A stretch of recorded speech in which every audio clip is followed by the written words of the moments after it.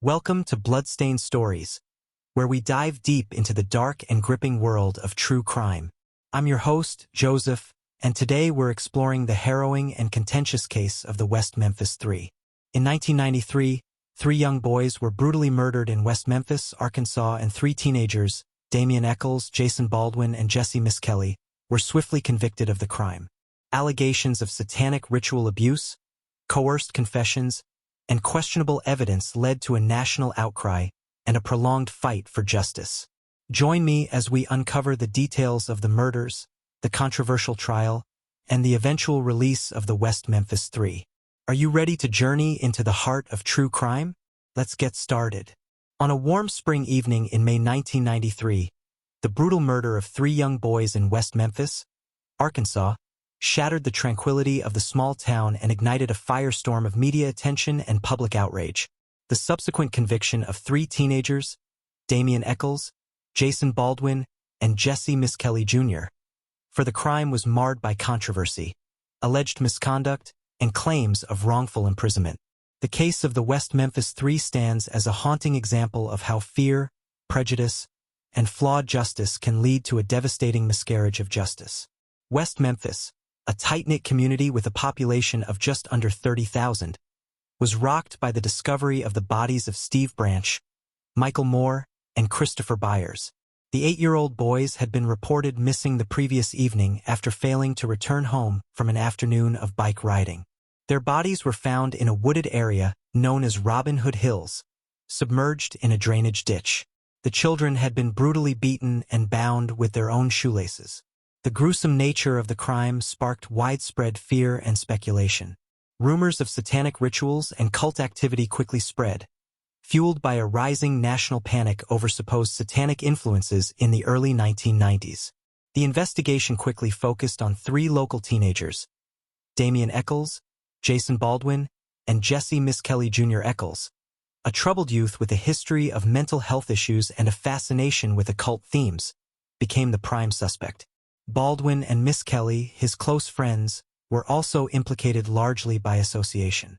Under intense pressure to solve the case, police turned to Misskelley, a 17-year-old with a reported IQ of 72, for a confession.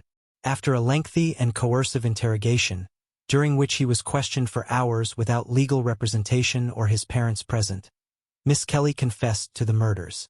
His confession was riddled with inconsistencies and factual errors, but it implicated Echols and Baldwin in the crime. Despite the lack of physical evidence linking the three teenagers to the murders, and the questionable nature of Misskelley's confession, the prosecution proceeded.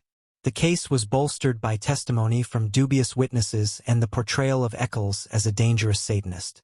The trials were heavily influenced by the charged atmosphere and media frenzy surrounding the case. Prosecutors painted a lurid picture of satanic rituals and cult killings, playing on the fears and prejudices of the jury. Misskelley's confession, despite being retracted and contradicted by physical evidence, was a key component of the prosecution's case. In 1994, all three teenagers were found guilty. Damien Echols, considered the ringleader, was sentenced to death.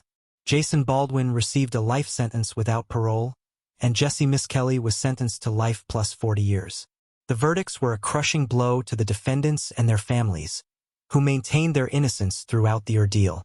The case of the West Memphis Three attracted widespread attention from legal advocates, celebrities, and filmmakers. HBO's documentary series Paradise Lost, the child murders at Robin Hood Hills, brought national and international scrutiny to the case, highlighting the flawed evidence and questionable tactics used by the prosecution. A growing movement of supporters, including high-profile figures such as Eddie Vedder, Johnny Depp, and Peter Jackson, campaigned for the release of the West Memphis Three. New evidence emerged, including DNA testing that failed to link any of the three convicted men to the crime scene. Additionally, forensic experts challenged the initial autopsy findings, suggesting that some injuries attributed to satanic rituals were more consistent with animal predation.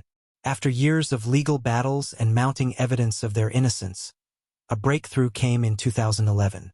The defense team negotiated an Alford plea deal, which allowed the West Memphis Three to assert their innocence while acknowledging that the state had enough evidence to convict them. This legal maneuver enabled the men to be released from prison without admitting guilt. On August 19, 2011, after spending 18 years behind bars, Damien Echols, Jason Baldwin, and Jessie Misskelley walked free. While their release was a significant victory, the plea deal meant they were still technically convicted felons, and the true perpetrators of the crime remained unidentified. The case of the West Memphis Three has had a profound impact on the American criminal justice system, highlighting the dangers of coerced confessions, the influence of media sensationalism, and the impact of community hysteria on legal proceedings.